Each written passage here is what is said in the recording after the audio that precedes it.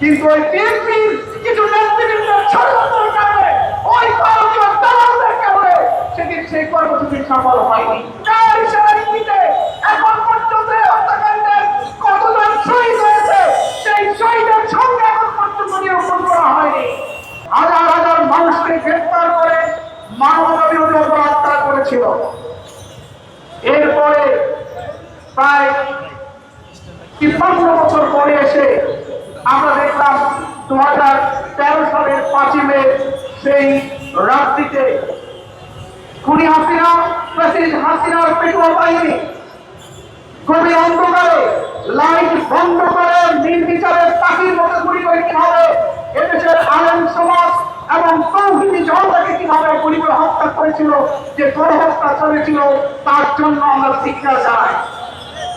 সংগ্রামী বন্ধুগণ, আপনারা জানেন এই ৫ই মে পূর্বে সেই শাহবাগ চত্বরে ঢাকার সবচেয়ে ব্যস্ততম একটি জায়গা, চতুর্দিক থেকে সেখানে অনেকগুলো বড় বড় হসপিটাল, পাশেই হাইকোর্ট, বিশ্ববিদ্যালয়, এরকম একটি জায়গায় রাষ্ট্রীয় পৃষ্ঠপোষকতায় কিছু নাস্তিক ব্লগারদের নেতৃত্বে একটি সমাবেশ করার সুযোগ তারা করে দিয়েছিল তৎকালীন সরকার।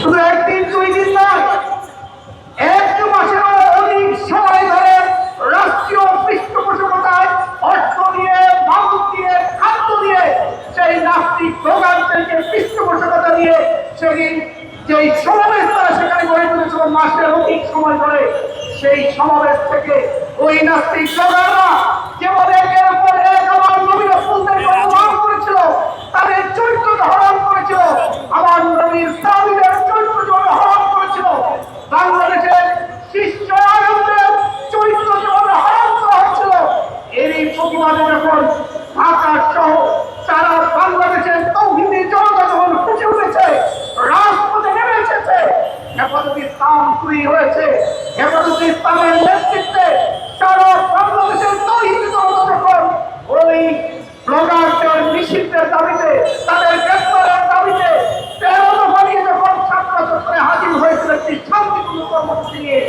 আমরা দেখেছি সেই শান্তিপূর্ণ কর্মসূচিকে অশান্তিতে পরিপূর্ণ করে দিয়ে নির্বিচারে গুলি চালিয়ে পাখির মতো করে আমাদের তৌহিদি জনতা, আমাদের আলেমদেরকে তারা হত্যা করেছিল। সম্মানিত ভাই আমার, অত্যন্ত দুঃখের বিষয়, পরিতাপের বিষয়, আজকে এই হত্যাকাণ্ডের প্রায় আমরা লক্ষ্য করেছি প্রায় হলো ১৩ বছর অতিবাহিত হয়ে গেছে। এখন পর্যন্ত হত্যাকাণ্ডের কোন বিচার ওই শহীদ পরিবার এবং আহত পঙ্গুত পরিবারগুলো এখন পর্যন্ত পায়নি। আমরা লক্ষ্য করেছি যে এখন পর্যন্ত এই বিচারের সুস্পষ্ট কোনো রূপরেখা আমরা এখন পর্যন্ত দেখতে পাইনি। কার ইশারায়, কার ইঙ্গিতে এখন পর্যন্ত এই হত্যাকাণ্ডের রহস্য উন্মোচন হলো না? কার ইশারার ইঙ্গিতে এখন পর্যন্ত এই হত্যাকাণ্ডের কতজন শহীদ হয়েছে সেই শহীদের সঙ্গে এখন পর্যন্ত নিরূপণ করা হয়নি। আজকে এই সমাবেশ থেকে আমরা স্পষ্ট করে বলতে চাই, আর সবাইকে মনে রাখতে হবে, অতি দ্রুত সময়ের ভিতরে শহীদদের সঠিক সংখ্যা নিরূপণ করতে হবে। তাদের নামে গেজেট প্রকাশ করে তাদের ফ্যামিলিগুলোর পুনর্বাসনের সিদ্ধান্ত গ্রহণ করতে হবে। সম্মানিত বন্ধুগণ, আমি শেষ করছি কথা বলে, আমরা জানি ওই ৫ই মে আগের দিন ছিল হলো তৎকালীন ৩০ দলীয় জোটের মহাসমাবেশ।